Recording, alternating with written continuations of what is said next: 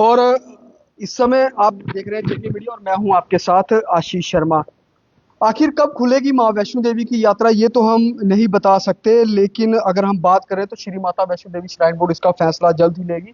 और जिस तरीके से आप देख रहे हैं कि हमने आपको जेके मीडिया की रिपोर्ट से भी बताया कल कि जिस तरह से श्रद्धालु जो लगातार कह रहे हैं कि हमें यात्रा करनी है और यात्रा को खोला जाए, लेकिन खराब मौसम है, इसलिए जो श्री माता वैष्णो देवी श्राइन बोर्ड की तरफ से सुरक्षा को लेकर ये यात्रा अभी बंद कर दी गई है। फिलहाल हमारे साथ बातचीत करने के लिए भारीदार प्रधान श्याम सिंह जी हमारे साथ मौजूद हैं, एडवोकेट मानव सनमोत्रा जी हमारे साथ मौजूद हैं, इनसे बात करेंगे।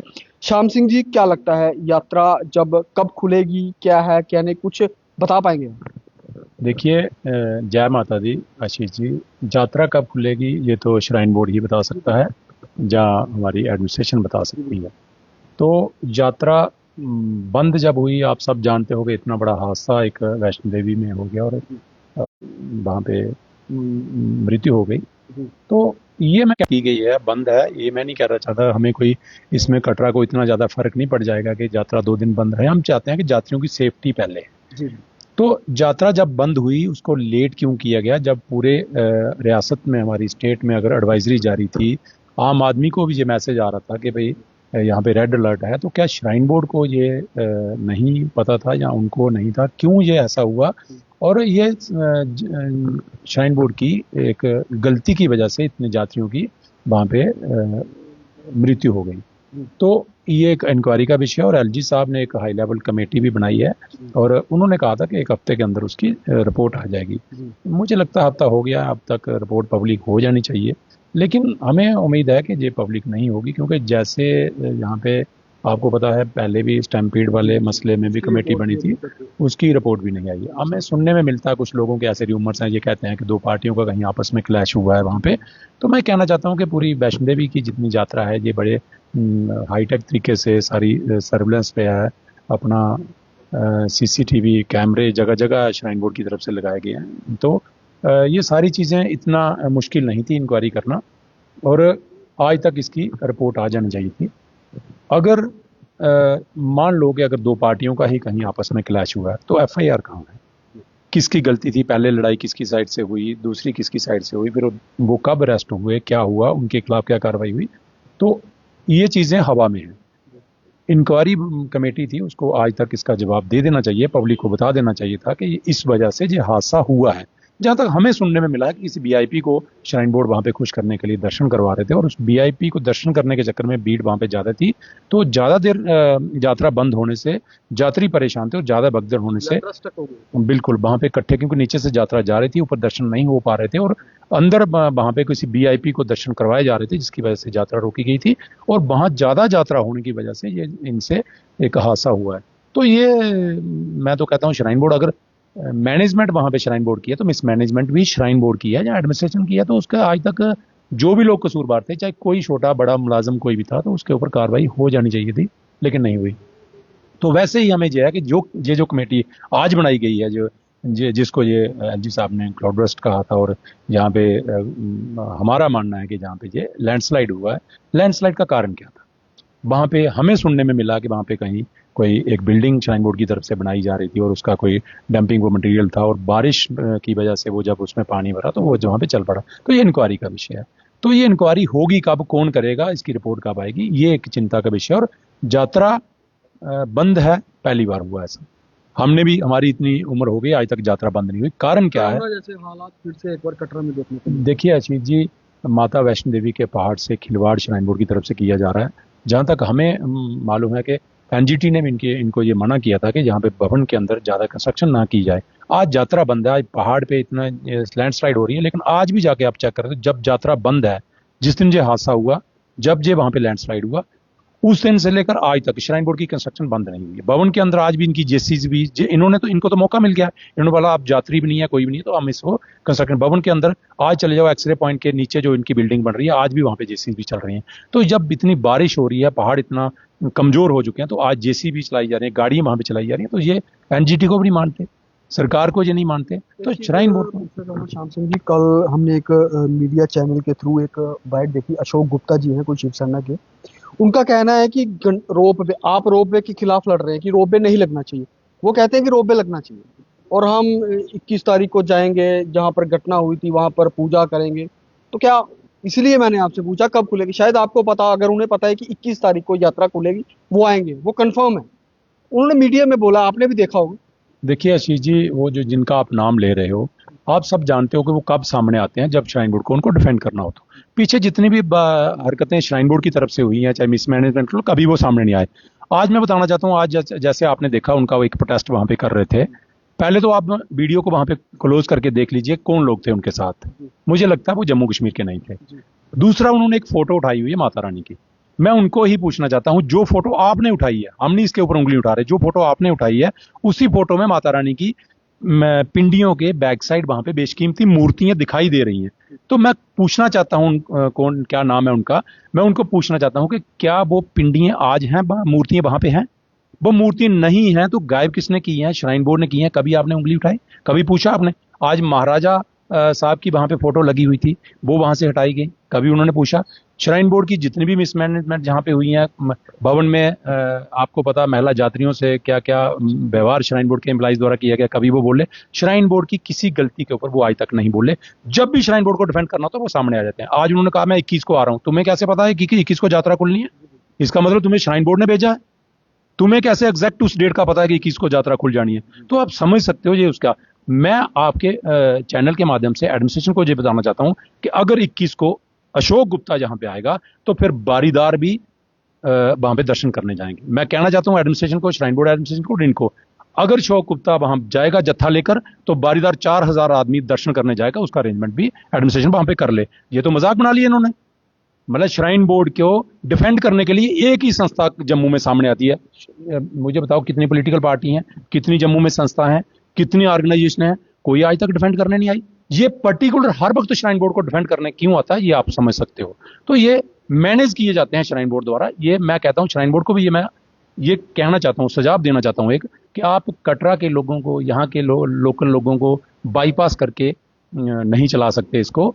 आप इन लोगों के पास बैठिए, इनसे भी सुझाव लीजिए यात्रा कैसे चल सकती है। हजारों साल जिन्होंने चलाई उनके पास भी कोई इसका सुझाव होगा। आप कभी मानते नहीं हो, आप अपनी दादागिरी चला रहे हो, ये ठीक नहीं है। और ये जो अशोक गुप्ता जी जिनके लिए आप बोल रहे हो, ये तो आप सब सुनते हो कि इनकी कितनी क्रेडिबिलिटी है। ये ऐसे धमकियां देते हैं, जब ये आएंगे हम देख लेंगे। ये कहते हैं मैं आ रहा हूँ, दो एक धमकी भरे लिहाजे से कह रहे हैं कि मैं आ रहा हूँ कटरा, जैसे कि कटरा का सारा जिम्मा इन्हीं ने ले लिया। कोई बात नहीं, आप भी आइए, हम भी यहाँ पे खड़े हैं। जैसे आपसे हमारे साथ मानव सनमोत्रा जी हैं, पेशे से वकील हैं। मानव जी, सबसे पहले एक ही सवाल पूछना चाहूंगा। अशोक गुप्ता जी ने कहा है कि जो श्राइन बोर्ड को गाली देगा उसे बख्शा नहीं जाएगा।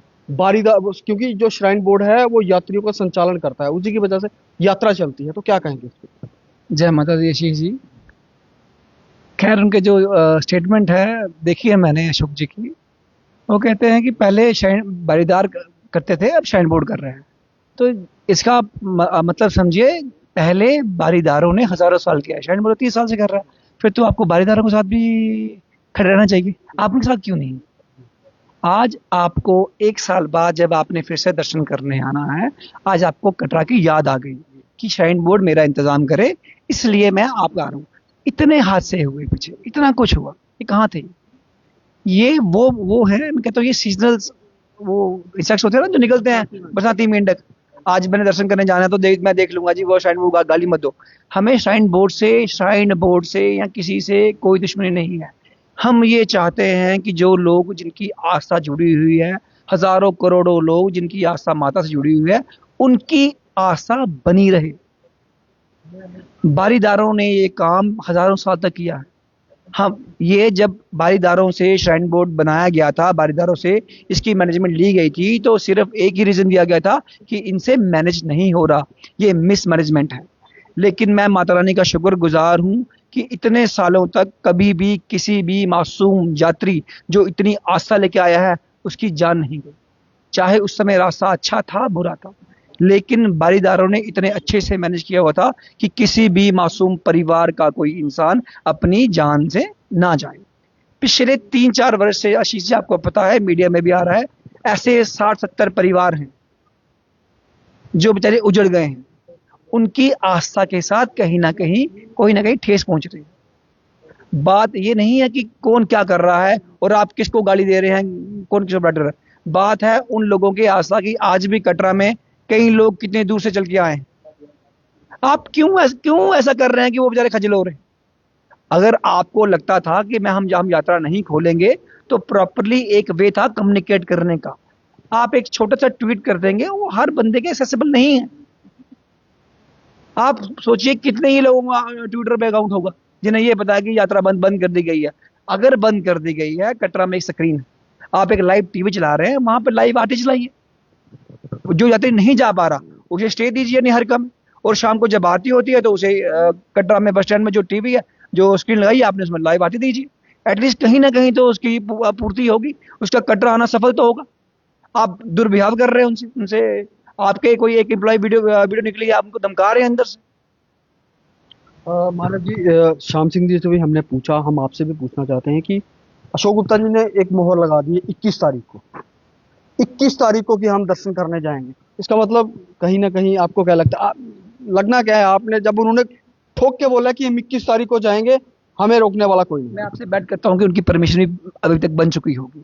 जो यात्री दूर से आए हैं, बेंगलोर से आए हैं, चेन्नई से आए हैं, उनको नहीं दी जा रही परमिशन, उनकी बन चुकी होगी। तभी वो आज 2-4 बंदे लेके खड़े हो गए जी हमें श्राइन बोर्ड के खिलाफ हमारा कोई बोले ना।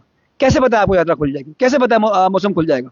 कैसे आप डेट कह सकते हैं? आप कह सकते थे कि जब मौसम खुलेगा तो मैं आऊंगा। क्यों आपने डेट कंफर्म कर दी? क्योंकि कहीं ना कहीं आप उनके बनाए हुए इंसान हैं, आप उनके रहमो करम पे हैं।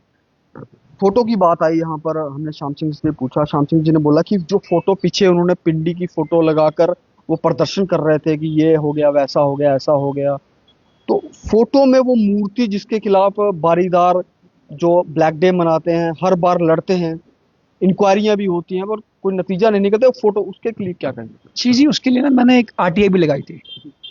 उस आरटीआई का जवाब आया था कि ये मूर्तियां स्ट्रांग रूम में है। हम सनातन धर्म को में बिलीव कर रहे हैं, उसी को पूछते हैं। हमारे धर्म में लिखा गया है एक बार किसी भी मूर्ति का जीवा दान करके अगर उसको स्थापित किया जाता है तो उसे वहां से हिलाया नहीं जाएगा।